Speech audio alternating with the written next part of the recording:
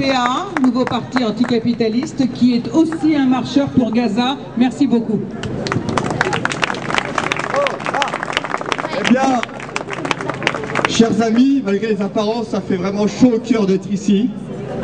Et ça fait chaud au cœur de faire rebondir cette initiative ici, à Beaubourg, dans quelques semaines à Gaza. Et vous pouvez compter sur Alima, sur moi et sur l'ensemble des marcheurs et des marcheuses pour faire des ponts contre les murs, pour faire des ponts entre ce qui se passe ici et ce qui se passe là-bas. Parce qu'après, on peut le dire, parce qu'il faut arrêter de se cacher, il faut arrêter de baratiner.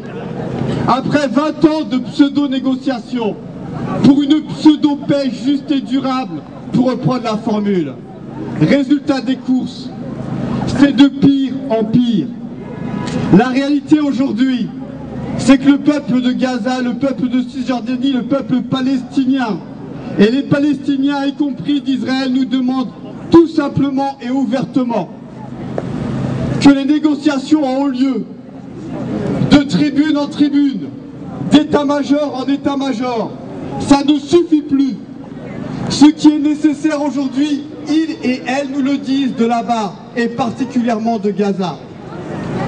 C'est une solidarité sans faille qui doit passer par une campagne internationale et qui s'appelle BDS, boycott, désinvestissement et sanctions à l'égard de l'État d'Israël. Bravo, bravo, bravo.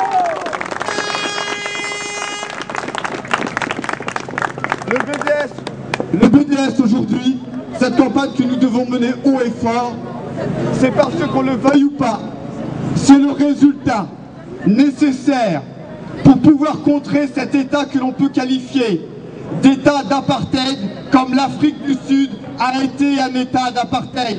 Apartheid au sens littéral du terme, où il y a une séparation structurelle, y compris en Israël en termes de droits, entre les Israéliens d'une part et les Arabes qui vivent en Israël.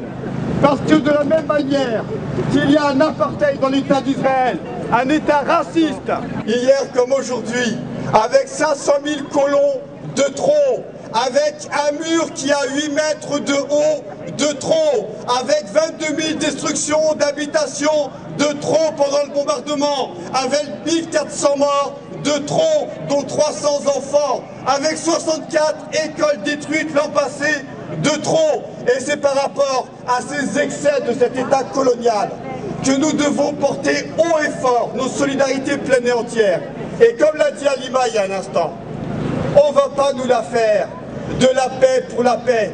Combien de fois des États impérialistes, qu'ils soient d'Europe, des États-Unis ou d'Israël, nous expliquent que pour préparer la paix, il faut faire la guerre. La paix n'a pas de sens en soi. La paix est simplement possible s'il y a une justice, s'il y a une égalité des droits effective, d'abord entre ceux et celles qui vivent aujourd'hui en Israël, mais une égalité aussi des droits entre d'État à État. Il est tout de même scandaleux, hautement scandaleux, en Cisjordanie, que l'eau soit récupérée pour plus de 80% par les Israéliens, que les Palestiniens et les Cisjordaniens n'ont pas le droit de creuser le moindre puits, et que cette eau leur est revendue par ailleurs 4 fois plus cher aux Cisjordaniens qu'elle n'est revendue aux Israéliens. C'est de ces scandales-là, ces scandales du quotidien, qui minent la vie de tout un chacun là-bas.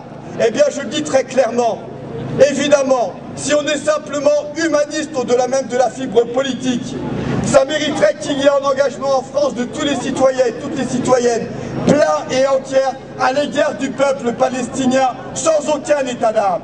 Mais cette affaire-là n'est pas simplement qu'une affaire humaniste, c'est une affaire fondamentalement politique. Et nous allons mener une marche qui est une marche évidemment politique, parce qu'elle passe par la reconnaissance des droits et de tous les droits du peuple palestinien.